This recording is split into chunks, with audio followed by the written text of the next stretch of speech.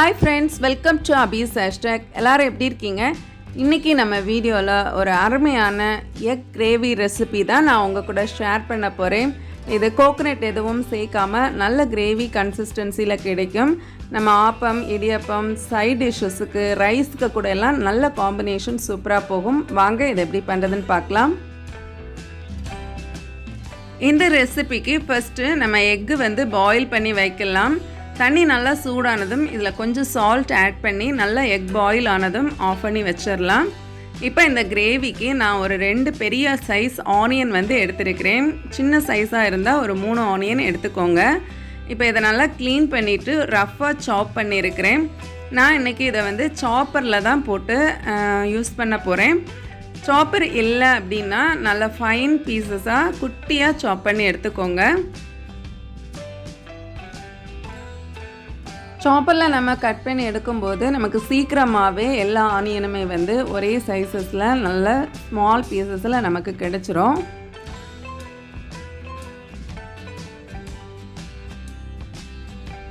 இப்போ பாருங்கள், நான் எடுத்து வச்ச ஆனியன் எல்லாமே சாப் பண்ணியாச்சு. இப்போ இதுக்கு நான் ஒரு 2 தக்காளி ஃபைன் பேஸ்ட்டாக அரைச்சி வச்சுருக்கிறேன். இப்போ ஒரு பேன் எடுத்து இதில் கொஞ்சமாக ஆயில் ஆட் பண்ணிக்கலாம். ஆயில் நல்லா சூடானதும் கொஞ்சம் பட்டை, ஏலக்காய், கிராம்பு, பே லீஃப் போட்டு இதுக்கு 3 பச்சை மிளகாய், கொஞ்சம் கறி லீஃப் போட்டு நல்லா வதக்கி விட்டுக்கலாம். இப்போ நம்ம கட் பண்ணி வச்சுருந்த ஆனியனையும் போட்டு நல்லா மிக்ஸ் பண்ணி கொடுக்கலாம். ஆனியன் சீக்கிரம் குக் ஆகிறதுக்காக கொஞ்சம் சால்ட் ஆட் பண்ணிக்கலாம்.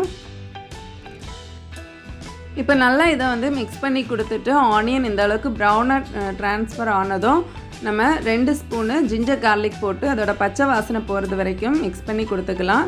இப்போ பேஸ்ட் பண்ணி வச்சுருந்த தக்காளி பேஸ்ட்டை ஆட் பண்ணி ஒரு 3லேருந்து 4 நிமிஷம் நல்லா குக் பண்ணி எடுத்துக்கலாம்.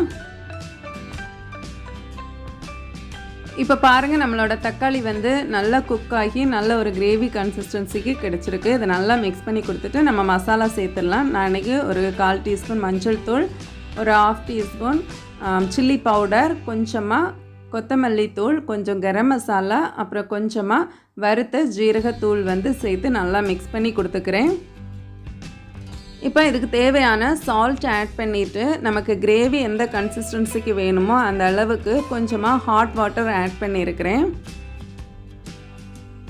இப்போ இது நல்லா பாயில் ஆகிட்டு இருக்கட்டும். ஸோ இந்த டைம் நம்ம கிரேவிக்கு கொஞ்சம் திக்கன் ஆகிறதுக்காக நான் இன்றைக்கி ஒரு 10 போல் கேஷ்யூ நட்ஸு எக்கு பாயில் பண்ணும்போதே நான் ஊற வச்சுருந்தேன்.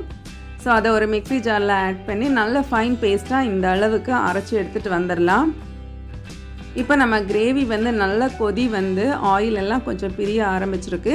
இந்த டைம் நம்ம கேஷ்யூ பேஸ்ட்டையுமே ஆட் பண்ணி நல்லா மிக்ஸ் பண்ணி கொடுக்கலாம். இப்போ இதை மூடி போட்டு ஒரு 2 நிமிஷம் லோ ஃப்ளேமில் நம்ம குக் பண்ணி எடுத்துடலாம். அந்த டைம் நான் எக்கெல்லாம் க்ளீன் பண்ணி வச்சுருக்கிறேன். ஸோ எக்கு 2ஆக நீங்கள் கட் பண்ணி கூட சேர்த்துக்கலாம்.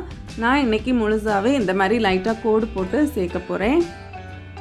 இப்போ நம்ம கிரேவி பாருங்கள், நல்லா ஆயிலெல்லாம் பிரிஞ்சு கொஞ்சம் திக்கன் ஆக ஆரம்பிச்சிருக்கு. ஸோ இந்த டைம் நம்ம எக்கு எல்லாம் இதில் ஆட் பண்ணிவிட்டு நல்லா மிக்ஸ் பண்ணி கொடுத்துக்கோங்க. சால்ட்டு செக் பண்ணிக்கோங்க, தேவைப்பட்டுச்சுன்னா நீங்கள் ஆட் பண்ணிக்கோங்க. கடைசியாக வறுத்த ஜீரகத்தூள் கொஞ்சமாக ஆட் பண்ணி கொடுத்துக்கிறேன். இப்போ லாஸ்ட்டாக கொஞ்சம் கொத்தமல்லி லீஃபும் போட்டு இதை மூடி போட்டு ஸ்டவ்வை ஆஃப் பண்ணிவிட்டு ஒரு 5 நிமிஷம் தாண்டி ஓப்பன் பண்ணி பாருங்கள். சூப்பராக நம்மளுடைய கிரேவி நல்ல திக் கன்சிஸ்டன்சியில் கிடச்சிருக்கு. ஒரு அருமையான நம்ம எக் கறி சூப்பராக ரெடியாகி இருக்குது பாருங்கள். இது ஆப்பம், இட்லி, சைட் டிஷ்ஷஸுக்கு, அது மாதிரி ரைஸஸுக்கு, தோசைக்கு, இது எல்லாத்துக்குமே நல்ல காம்பினேஷன் சூப்பராக போகும். இந்த அருமையான எக் கிரேவியை நீங்களும் செஞ்சு பாருங்கள். நான் இன்றைக்கி ரைஸ்க்கு கூட தான் எக் கிரேவியை சர்வ் பண்ணியிருக்கிறேன். ஸோ இது ஜஸ்ட்டு ஒரு பிளேட்டிங்காக நான் இந்த மாதிரி பண்ணியிருக்கிறேன். ஸோ எத்தனை பேருக்கு பிடிச்சிருக்குன்னு சொல்லிவிட்டு கமெண்ட் பண்ணுங்கள். பசங்க இந்த மாதிரி பிளேட்டிங் பண்ணி கொடுக்கும்போது ரொம்ப ஹாப்பியாக ஃபீல் பண்ணுவாங்க. இந்த வீடியோ உங்கள் எல்லாருக்குமே பிடிச்சிருக்குன்னு நினைக்கிறேன். வீடியோ பிடிச்சிருந்தா மறக்காமல் லைக் பண்ணுங்கள். உங்கள் ஃப்ரெண்ட்ஸ் அண்ட் ஃபேமிலிக்கு கூட ஷேர் பண்ணுங்கள். நான் இன்னொரு இன்ட்ரெஸ்டிங்கான வீடியோவில் உங்களை மீட் பண்ணுறேன். அது வரைக்கும் பாய், டேக் கேர், தேங்க்ஸ் ஃபார் வாட்சிங்.